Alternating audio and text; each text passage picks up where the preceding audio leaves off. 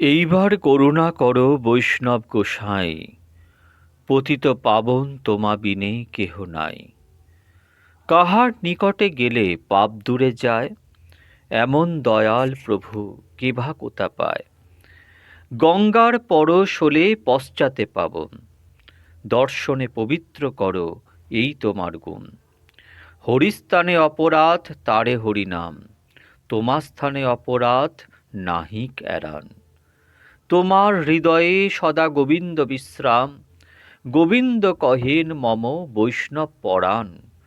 প্রতি জন্মে করি আশা চরণের ধূলি, নরোত্তমে কর দয়া আপনার বলি।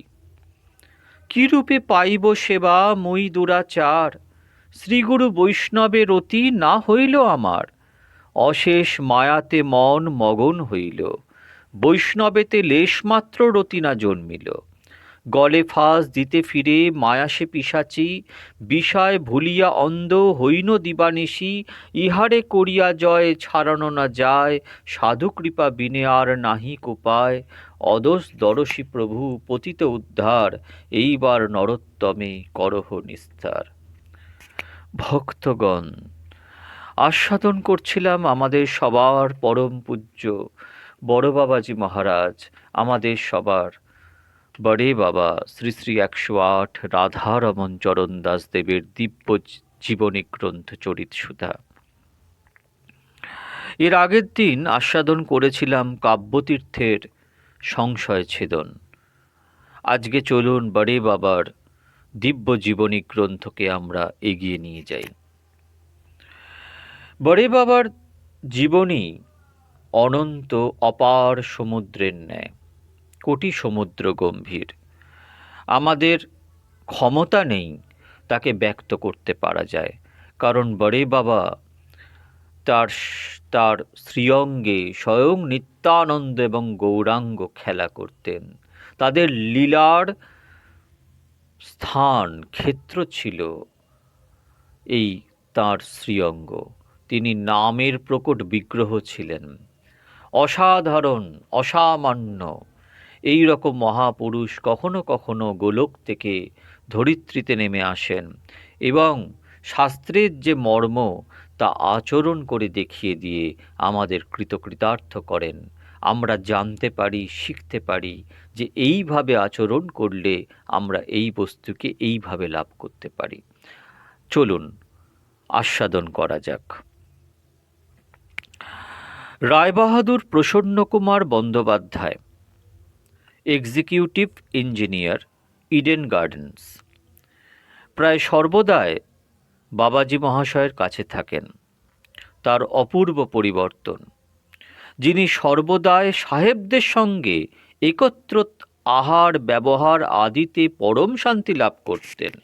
নিষ্ঠা বা সদাচারকে যিনি কুসংস্কার মনে করতেন, ধর্ম বলে একটি বস্তু জগতে আছে এইরূপ ধারণা যিনি কখনো মনে স্থান দেননি, তিনি আজ পরম সদাচারী, নিষ্ঠাবান, ধর্মপরায়ণ। গলায় 3 কণ্ঠী তুলসীর মালা, কপালে হরিমন্দির তিলক, মুখে সর্বদার তরে ভগবত নাম। একে দেখবা মাত্র যেন একটি সত্যগুণের মূর্তি বলে মনে হয়। প্রায় মাসাবধি কাল রায়বাহাদুর প্রসন্নবাবুর বাগান বাড়িতে কেটে গেল। আর যেন বাবাজি মহাশয়ের মন টিকছে না, কিন্তু প্রসন্নবাবুর অতিশয় আগ্রহ, সুতরাং সহজে ছাড়তেও পারছেন না। প্রসন্নবাবু বলেন, বাবা, আমি বহুদিনের পাপী, আমাকে উদ্ধার করুন।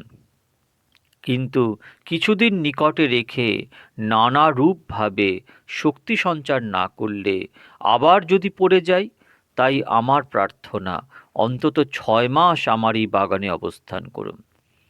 বাবাজি মহাশয় মৃদু হেসে বললেন, বাবা, ভিখারি বৈরাগীদিগকে বহুদিন এক স্থানে থাকতে নেই। আমরা তো আছি, নিতাই চাঁদের ইচ্ছা হলে কতবার আসা যাওয়া যাবে। এ যাত্রায় আর অনেক দিন থাকা বোধ হয় আর ইচ্ছা নয়। প্রসন্নবাবু নানারূপ কৌশলে যাতে অন্তত আর কিছুদিন থাকেন সেই চেষ্টা করতে লাগলেন। ইচ্ছাময়ের ইচ্ছায় এই ঘটনার পর দিবস পরদিবসই দর্জিপাড়া নিবাসী বাবু যোগেন্দ্রনাথ মিত্র মহাশয় এসে সদলে বাবাজি মহাশয়কে তার বাড়ি যাবার জন্য বিশেষ অনুরোধ করতে লাগলেন। বাবাজি মহাশয় প্রসন্ন বাবুকে নানারূপভাবে প্রবোধ দিয়ে সদলে যোগেন বাবুর সঙ্গে তার বাড়িতে গমন করলেন। পূর্ব হতে এনাদের থাকবার জন্য যোগেনবাবু অনাথনাথ দেবের লেনের মধ্যে উক্ত অনাথ বাবুদেরই একটি দোতলা বাড়ি ঠিক করে রেখেছিলেন। এরা সেই বাড়িতে অবস্থান করতে লাগলেন। 3-4 দিন যায়। হঠাৎ একদিন বাবাজি মহাশয়ের শরীর অসুস্থ হলো। বুকে অত্যন্ত শ্লেষ্মা ও কাশি হতে লাগল। সঙ্গীগণ বড়ই চিন্তিত হলেন। এই সময় যোগেন বাবু এসে বাবাজি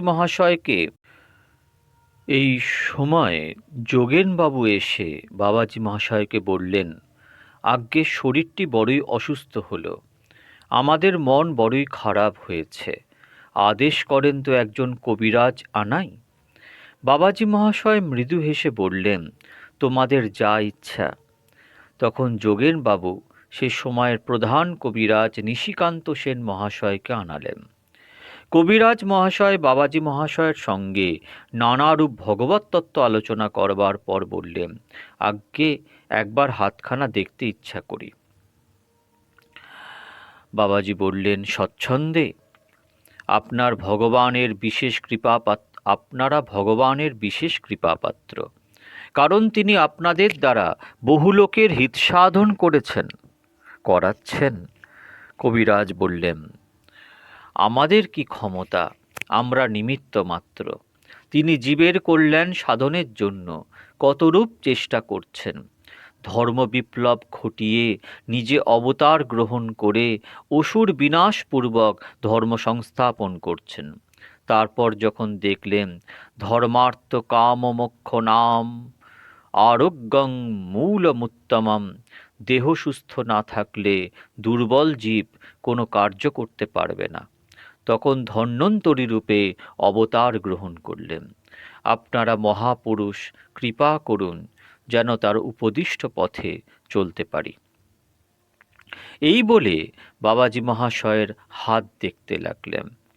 বুকে শ্লেষ্মা থাকায় একটু ভীত হয়ে বললেন, আজ্ঞে আমার একটি অনুরোধ, কিছুদিন আপনি অধিক কথা, উচ্চ সংকীর্তন বা কোনরূপ কায়িক পরিশ্রম করবেন না, কারণ যেরূপ কাশি হয়েছে এতে ওই সমস্ত করলে এইটি ব্যাধিতে পরিণত হতে পারে। আমি ওষুধ দিয়ে একেবারে নীরব করে দিই, পরে যখন বলবো তখন ইচ্ছা করবেন, তাতে কোনরূপ অনিষ্ট হবে না। বাবাজি বললেন, কতদিন বন্ধ রাখতে হবে? কবিরাজ বললেন, আজ্ঞে 6 মাস পারলে ভালো হয়, অগত্যা 3 মাস। বাবাজি বললেন, বাবা, 3 মাস যদি উচ্চকীর্তন বন্ধ করা হয় তবে আমার মাথা গরম হয়ে যাবে, অথবা বুকে কোনো অসুখ হবে। কবিরাজ বললেন, এই যে বিপরীত কথা হলো, কারণ আমরা জানি উচ্চ কীর্তন, উচ্চ ভাষণ অথবা অধিক ভাষণেই মস্তিষ্ক খারাপ বা বুকের অসুখ হবে। বাবাজি বললেন, আমি জানি না এই সমস্ত না করলে আমার শরীর খারাপ হয়। আমি জানি এই সমস্ত না করলে আমার শরীর খারাপ হয়। কবিরাজ বললেন, আপনারা মহাত্মা, আপনাদের সকলই সম্ভবে, কিন্তু আমার অনুরোধে অন্তত 1 মাস কাল অবশ্যই একটু কষ্ট স্বীকার করুন। বাবাজি বললেন, আচ্ছা, নিতাই চাঁদের ইচ্ছায় আমি যথাসাধ্য চেষ্টা করব।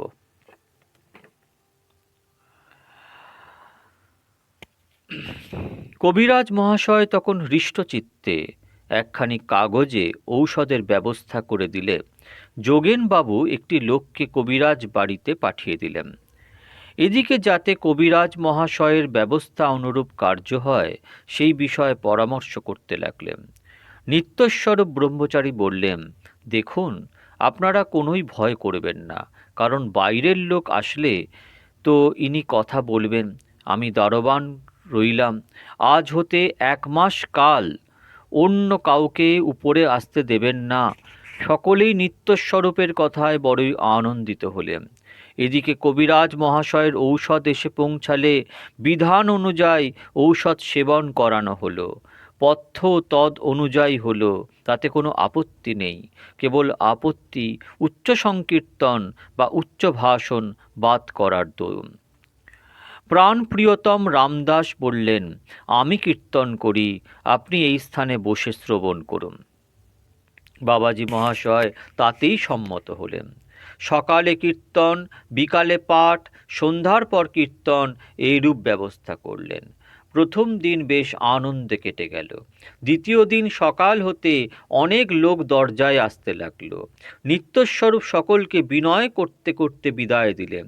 বাবাজি মহাশয়ের শরীর অসুস্থ, অতএব আপনারা কয়েকদিন তার সঙ্গে দেখা সাক্ষাৎ বন্ধ করুন।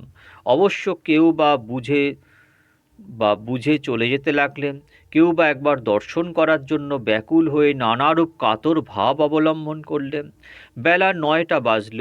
এই সময় বাবাজি মহাশয় চিৎকার করে বললেন, হ্যাঁ রে নিত্যস্বরূপ, আমার মাথা ফেটে গেল, এইবার দরজা ছেড়ে দে, নতুবা আমি পাগল হয়ে যাব। তার তাৎকালিক অবস্থা দর্শনে সঙ্গীগণ সকলেই ভীত হয়ে নিত্যস্বরূপকে নিষেধ করলে নিত্যস্বরূপ উপরে এসে বাবাজি মহাশয়কে বললেন, আজ্ঞে কবিরাজ মহাশয়, আপনাকে অন্তত 1 মাস পর্যন্ত উচ্চ কথা বা বহু কথা বলতে নিষেধ করেছেন। বাবাজি বললেন, দেখ, পরের জিনিসের মমতা অপরের বুঝিতে পারে না। আমি মনে করেছিলাম কবিরাজ মহাশয়ের উপদেশ অনুসারে চলব, কিন্তু এই দেহটি তো আর আমার নয়। যার বস্তু তিনি যেরূপ করতে ভালোবাসবেন তার উপর আমার বলবার কি অধিকার আছে? আমরা আমাদের মঙ্গল যতটা অনুভব করতে পারি, তার তদপেক্ষাও সর্বন্তর্যামী মঙ্গলময় নিতাই চাঁদ অনেক বেশি চিন্তা বা চেষ্টা করে থাকেন। যে মুহূর্তে যেটি প্রয়োজন হয় সেই অনুযায়ী ব্যবস্থা করে থাকেন। নিতাই যাদের ইচ্ছায় যারা আমার নিকটে আসেন তাদের দ্বারা আমার পরম উপকার ভিন্ন কখনোই অপকার সাধিত হয় না বা হতে পারে না, এটি নিশ্চয়ই জেন। নিতাই চাঁদ যতদিন যে পুতুল দ্বারা যেরূপভাবে খেলা করতে ইচ্ছা করবেন, কেউ তার অন্যতা করতে পারবেন না। কাউকে বাধা দিও না। ভক্তগণের প্রাণে বিন্দুমাত্র আঘাত লাগলে নিতাই চাঁদ বড়ই কষ্ট পাবেন। এই জীবনে তাকে সুখী করতে পারলাম না, পারবার আশা নেই, কারণ আমি সর্বদা আত্মসুখের জন্য লালায়িত। তাতে আবার যদি পদে পদে তাকে দুঃখ দিই, তবে গতি কী হবে? সুখময় নিতাই চাঁদ আমাদের সুখের জন্য আত্মসুখ ভোগে জলাঞ্জলি দিয়ে দাঁড়ে দাঁড়ে কেঁদে বেড়াবেন। নিজ কুসুম সুকোমল তনুতে কত না অত্যাচার সহ্য করেছেন, কত না পাষণ্ডীগণের গঞ্জনা নবনত মস্তকে গ্রহণ করেছেন। কই, আমরা তো ভ্রমেও একবার তার মুখের দিকে লক্ষ্য করতে পারছি না। ধিক আমাদের স্বার্থপরতায়, ধিক আমাদের নশ্বর দেহের সুখ ভোগ লালসায়, ধিক আমাদের জীবনে। এই বলে বালকের ন্যায় উচ্চৈঃস্বরে রোদন করতে লাগলেন। নিত্যস্বরূপ কাঁদতে কাঁদতে বললেন, আমি ঘোর অপরাধী। আমি আপনার প্রকৃত মনোভাব বুঝতে পারিনি। বুঝতে না পেরেই যা করেছি তার জন্য আমায় ক্ষমা করুন। এই বলে বাবাজি মহাশয়ের চরণ ধারণ পূর্বক কাঁদতে লাগলেন। বাবাজি মহাশয় তাকে উঠিয়ে আলিঙ্গন করলেন। যথা সময় সকলে মহাপ্রসাদ গ্রহণ করে বিশ্রাম গ্রহণ করলেন। একদিন বেলা অনুমান 4টের সময় বাবাজি মহাশয় উপর তলায় বসে আছেন। ললিতা দাসী মানে সখীমা মাথায় বাতাস করছেন। অন্য একজন সঙ্গী এর নিকটে বসে আছেন, কিন্তু সকলেই নীরব। হঠাৎ বাবাজি মহাশয় চমকে উঠে বললেন, কোনো এক মহাত্মা আসছেন, দেখতো। শুনে একজন শশব্যস্তে গমন উদ্যত হলেন। এই সময় একটি ভদ্রলোক এসে উপস্থিত হলেন। ভদ্রলোকটির বাইরের বেশভূষার চাকচিক্য একেবারেই নেই। সাধারণ ভাবের একটি জামা গায়ে, একখানি চাদর সঙ্গে। যদিও লোকটি খুব গৌরবর্ণ নন, কিন্তু মুখখানি জ্যোতির্ময় এবং নয়ন দুটি সজল ঢুলুঢুলু। গমনের ভঙ্গিটি যেন কোনো অপ্রাকৃত রাজ্যের পরিচায়ক। লোকটিকে দেখে বোধ হতে লাগলো যেন ভিতর হতে প্রকাশ উন্মুখ কোনো বস্তু গোপন করবার মানসে অতি কষ্টে চাপা দিচ্ছেন। দূর থেকে তাকে দেখবা মাত্রই বাবাজি মহাশয় সসম্ভ্রমে এই যে দাদা আসুন বলতে বলতে অগ্রসর করে হয়ে আলিঙ্গন করলেন, দাদা বলে সম্বোধন করলেন। অপূর্ব সম্মিলন, স্পর্শ মাত্রই উভয় অচৈতন্য হয়ে গেলেন। উভয়ের চোখের জলে উভয়ের দেহ সিক্ত হল, উভয়ের দেহেই সমকালীন সাত্ত্বিক বিকার সকল প্রকাশিত হতে লাগল। ভক্তগণ উভয় মহাপুরুষকে অতিশয় সাবধানে রক্ষা করছেন যাতে ভূমিতে পতিত না হন। নানারূপ সন্তর্পণে কিছুক্ষণ পরে উভয়ই কথঞ্চিত বাহ্যোদ্দশা প্রাপ্ত হয়ে উপবেশন করলেন। উভয়েরই চক্ষু আরক্তিম এবং সজল।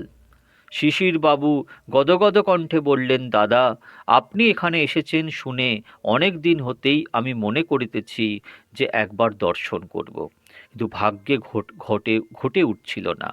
আজ গৌরের ইচ্ছায় অভাবনীয় রূপে দর্শন পেলাম। বোধহয় আমাকে চিনতে পারেননি। অধমের নাম শিশির কুমার ঘোষ। ইনি মহাত্মা শিশির কুমার ঘোষ, অমিয় নিমাই চরিত গ্রন্থের প্রণেতা। বাবাজি বললেন, দাদা আমার পরম সৌভাগ্য যে আজ আপনার দর্শন লাভ করলাম। ভাবুন, যিনি মহাত্মা শিশির কুমার ঘোষ তাকে দেখে বাবাজি মহারাজ বলছেন যে আমার পরম সৌভাগ্য যে আপনার দর্শন লাভ করলাম। জানি না নিতাইচাঁদের কি ইচ্ছা, সকাল হতে মনটা যেন কোথায় ছুটে যাচ্ছিল, যেন কার সঙ্গে আলিঙ্গন করবার জন্য হৃদয় উদ্বেলিত হচ্ছিল, কার দর্শনের জন্য যেন প্রাণ ব্যাকুল হচ্ছিল। কৃপাময়ের কি কৃপা, যোগ মায়ার কি অপূর্ব যোগাযোগ, এই অল্পক্ষণ পূর্বে আপনার বিষয়ই ভাবছিলাম। শিশিরবাবু বললেন, কেন, কি উদ্দেশ্যে অদমের কথা মনে পড়ল? বাবাজি বললেন, কোনো উদ্দেশ্য করে নয়, তবে মনে ভাবছিলাম শিশিরবাবু নিতাইয়ের কৃপায় এতই শক্তিমান যে অত বড় নৈষ্ঠিক ব্রাহ্মণ পণ্ডিত মানুষকে কিনা নিঃসংকোচে বিলাত পর্যন্ত পাঠিয়ে দিল। দেখা পেলে একবার ঝগড়া করতাম। শিশিরবাবু বললেন, তাই? তোমাদের ঠাকুরটি যে একেবারে সহজ তা নয়। এবার আর ব্রাহ্মণ পণ্ডিতিতে কোলালো না, তাই বিদেশে লোকের সঙ্গে মিশিয়ে চলবার ইচ্ছা হয়েছে। আমার দোষ কি? আমি তো দেখি তার সঙ্গে পড়ে আমাদের পর্যন্ত জাতিটা গেল। এইরূপ কত যে প্রেমালাপ হতে লাগলো যে তার কোনো ইয়ত্তা নেই। তাদের উভয়ের ভাব উভয়ই বুঝছেন। যারা সে স্থানে উপস্থিত ছিলেন তারা তাদের পরস্পরের ব্যবহার দেখে শুনে অবাক। কখনো হাসি, কখনো কান্না, কখনো উভয়ের দেহেই অশ্রুকম্প, পুলক প্রভৃতি সাত্ত্বিক বিকার সকল প্রকাশ পেতে লাগল। এই রূপে অনেক সময় কেটে গেল। যদিও পরস্পর সঙ্গ ছাড়া কারোরই অভিমত নয়, তথাপি কার্য অনুরোধে শিশিরবাবু বাবাজি মহাশয়ের নিকট বিদায় নিয়ে বাসায় গমন করলেন। দুই তিন দিন পরে একদিন শ্রীযুক্ত রসিকমোহন বিদ্যাভূষণ ও একমূর্তি বৈষ্ণব এই দুইজনে বাবাজি মহাশয়ের নিকট এলেন। দেখবা মাত্র ইনি বিশেষ সম্মানের সঙ্গে উভয়কে বসালেন। পূর্ব হতেই বিদ্যাভূষণ মহাশয়ের সঙ্গে সেই বৈষ্ণবটির মায়া নিয়ে অনেক রকম বাদানুবাদ চলছে। বৈষ্ণবটি বলেন, যাবতীয় কার্যই একমাত্র যোগমায়ার খেলা। বিদ্যাভূষণ মহাশয় বলেন, প্রাকৃত রাজ্যের সমস্ত ক্রিয়াই মায়াকৃত, অপ্রাকৃত নিত্য চিন্ময় রাজ্যের লীলাখেলাই একমাত্র যোগমায়াকৃত ইত্যাদি। শুনে বাবাজি মহাশয় বিদ্যাভূষণ মহাশয়ের কথাই যুক্তিসঙ্গত বোধে সেই বৈষ্ণবটিকে বিশেষভাবে বুঝিয়ে দিতে দিতে হঠাৎ সংকীর্তন ধরলেন। সংকীর্তনে আজ অন্য কোনো কথা নেই, ওই মায়া এবং যোগমায়া সম্বন্ধেই বিশদভাবে ব্যাখ্যা করতে লাগলেন। খুব মাতামাতি কীর্তন চলছে। এই সময় শিশিরবাবু তার একটি নাতিকে নিয়ে আসতেন, কীর্তনে যোগ দিলেন। নাতিকে নিয়ে এসে কীর্তনে যোগ দিলেন। অপূর্ব আনন্দ, সকলেই সংকীর্তনে নৃত্য করছেন। বহুক্ষণ কীর্তনের পর সকলে নানারূপ ভগবৎ প্রসঙ্গ করে নিজ নিজ ভবনে গমন করলেন। এইরূপ প্রায়ই শিশিরবাবু ওই নাতিটিকে সঙ্গে নিয়ে আসতেন। একদিন বাবাজি মশায় বললেন, আপনি যখন আসেন প্রায়ই এই নাতিটিকে নিয়ে আসেন, এই ছেলেটি পরম ভাগ্যবান। তখন শিশিরবাবু মৃদু হেসে বললেন, দেখুন, আপনার নিকট এলে আর বাড়ির কথা মনে থাকে না, পাছে একেবারে ভুলে থাকি, তাই বলে তাকে সঙ্গে রাখি। এর টানে বাড়ির কথা মনে পড়ে। বাবাজি মহাশয় হাসতে হাসতে বললেন, আপনার দ্বারা প্রভু যেরূপ কার্য করাচ্ছেন, এতে সংসার ছাড়া অপেক্ষা অনেক মহৎ উদ্দেশ্য সাধিত হচ্ছে এবং হবে। প্রভুর নিকট প্রার্থনা করি, আপনাদের ন্যায় ব্যক্তিকে তিনি নির্বিঘ্নে দীর্ঘ জীবন প্রদান করুন। এইরূপভাবে বহু কথাবার্তার পর শিশিরবাবু নিজ বাড়িতে গমন করলেন। বাবাজি মহাশয়ও নিজ কৃত্য করতে লাগলেন। দর্জিপাড়ায় অবস্থানকালে কখনো বাবাজি মহাশয় শিশিরবাবুর বাড়ি যেতেন, কখনো বা শিশিরবাবু বাবাজি মহাশয়ের নিকট আসতেন। দর্জিপাড়ায় সংকীর্তন আনন্দ দিন দিন বৃদ্ধি পেতে লাগল। একদিন অপেক্ষাকৃত স্থূলকায় একটি দীর্ঘকায় যুবক এসে উপস্থিত হলেন। যুবকটি আর কখনো এসেছেন বলে বোধ হয় না। কোনো ধর্ম সম্প্রদায় দ্বয়োচিত চিহ্নাদি তার দেহে কিছুই পরিলক্ষিত হল না। ভদ্রোচিত বেশ, গায়ে একটি জামা, আসবা মাত্র বাবাজি মহাশয় বিশেষ আদরের সঙ্গে এসো ভাই এসো বলে হাত ধরে নিকটে বসালেন। আজ 2-3 দিন হতে এর শরীর খারাপ হয়েছে। বুকে পিঠে শ্লেষ্মা বসে একটু বেদনা হচ্ছে। পুরাতন ঘৃত মালিশ করবার জন্য প্রস্তুত রয়েছে। এর কিন্তু সেদিকে খেয়াল নেই। বাবুটির সঙ্গে আলাপ করতে লাগলেন। বাবাজি মহাশয় জিজ্ঞাসা করলেন, হ্যাঁ ভাই, তোমার নাম কি? তোমরা বোস না? বাবুটি একটু বিস্মিতভাবে বললেন, আজ্ঞে হ্যাঁ, আমার নাম অতীন্দ্রনাথ বোস। বাবাজি বললেন, ভাই তুমি তো বড় কুস্তি করে থাকো, আমার এই হাতখানা একটু টিপে দাও তো। অতীনবাবু কিন্তু তাঁর ব্যবহার দেখে মুগ্ধ হলেন, কারণ এরূপ সরলতা ও মধুর ব্যবহার অন্য কোথাও পেয়েছেন কিনা সন্দেহ। হৃষ্টচিত্তে ধীরে ধীরে বাম হাতখানি টিপতে লাগলেন। ইনি বললেন, কই তুমি তো এত বড় বলবান, তোমার গায়ে জোর কই, একটু জোরে টেপো। এইবার অতীনবাবু জোরে টিপতে লাগলেন। যতই জোরে টিপতে লাগলেন ততই ইনি বললেন, কই আরও জোরে করো, আরও জোরে করো, তুমি তো পালোয়ান। অতীনবাবু কিন্তু এইবার হয়রান হয়ে গেলেন। যথাসাধ্য টিপেও যখন তার কিছুই করতে পারলেন না, তখন বিস্মিতভাবে তার চরণে প্রণাম করলেন। ইনিও মৃদু হেসে বললেন, বড়ই কষ্ট হয়েছে, আচ্ছা বসো, স্থির হও বলে নানারূপ ভগবত কথা বলতে লাগলেন। ক্ষণকাল পরে অতীনবাবু বাবাজি মহাশয়ের চরণে দণ্ডবৎ প্রণাম পূর্বক চলে গেলেন। এই হতেই অতীনবাবু বাবাজি মহাশয়ের প্রতি বিশেষ আকৃষ্ট হয়ে পড়লেন। প্রায় প্রত্যহই এসে বাবাজি মহাশয়ের মুখে নানারূপ তত্ত্বকথা এবং রামদাদার প্রভাতী কীর্তন শ্রবণ করতে লাগলেন। অতীনবাবুর দেখা দেখি এনারও সঙ্গী কেবল চন্দ্র চট্টোপাধ্যায় নামক একটি ব্রাহ্মণ যুবক বাবাজি মহাশয়ের দর্শনে আসতে লাগলেন। বাবাজি মহাশয়ের শ্রীমুখীর উপদেশ ও রামদাদার সুমধুর কীর্তন শ্রবণে অতি অল্প দিনের মধ্যেই চাটুজ্জে মহাশয়ের মতি পরিবর্তন হয়ে গেল। ক্রমে বাবাজি মহাশয়ের নিকট হতে মন্ত্র আদি গ্রহণপূর্বক গলায় মালা ধারণ করলেন। চাটুজ্জে মহাশয়ের অবস্থার পরিবর্তন দেখে অনেকেই বলতে লাগলেন, যেই লোকটির এক দেহে জগাই মাধাই বর্তমান ছিল, তাকে উদ্ধার করা সহজ শক্তির কার্য নয়। তার অবস্থা দেখে দর্জিপাড়াবাসী সকলেই বিস্মিত হল। বাবাজি মহাশয় তার নাম রাখলেন বিজয়। যথার্থই এহেন পাষণ্ডকে উদ্ধার করে ইনি জগতে বিজয় পতাকা নেড়েছেন। বিজয়ের অপূর্ব গুরুনিষ্ঠা এবং নামে রুচি জন্মালো। নিতাই চাঁদের কি করুণা! যে লোককে সকলে অশ্রদ্ধা অপ্রীতি অবজ্ঞার চোখে দেখত, ভীতভাবে যার সঙ্গে ব্যবহার করত, সে আজ দেবদুর্লভ ভক্তিপথের পথিক হয়ে সকলের প্রীতির পাত্র হয়ে পড়ল। লোকের অনিষ্ট চেষ্টাই তার ব্রত ছিল। সে আজ পরহিতে রত হলো, পরোপকারের জন্য প্রাণ দিতে প্রস্তুত হলো। জগতে এমন কোনো কার্য করতে পারে না যা সৎসঙ্গের প্রভাবে না হতে পারে। মহৎ কৃপার সর্বত্র জয় হোক। এই রূপে পরম আনন্দে দিন অতিবাহিত হতে লাগলো। একদিন যোগেনবাবুর আগ্রহে নগর কীর্তন বের হলো। কলিকাতা শহরে পাশ না করলে সংকীর্তন করা যায় না। কাজেই যোগেনবাবু নির্দিষ্ট কয়েকটি রাস্তা পাশ করালেন। বেলা অনুমান 4টের সময় কীর্তন বেরোলো। মাতামাতি কীর্তন। বাবাজি মহাশয় নৃত্য করতে করতে অগ্রে অগ্রে গমন করছেন, সঙ্গীগণ তার পশ্চাৎ পশ্চাৎ গমন করছেন। অনুরাগের প্রাণে বিধির বন্ধন কতক্ষণ থাকে। কীর্তনের স্রোত পাশের রাস্তা ছেড়ে যখন রাস্তায় এসে দাঁড়ালো, বাধা দেয় কার সাধ্য? নিতাই চাঁদের কৃপায় আনন্দের স্রোতে বাধা বিঘ্নরূপ তৃণলতা সকল ভেসে গেল। যারা বাধা বিঘ্নকারী তারাও সেই আনন্দে যোগ দিয়ে আপনাদিগকে ধন্য মনে করল।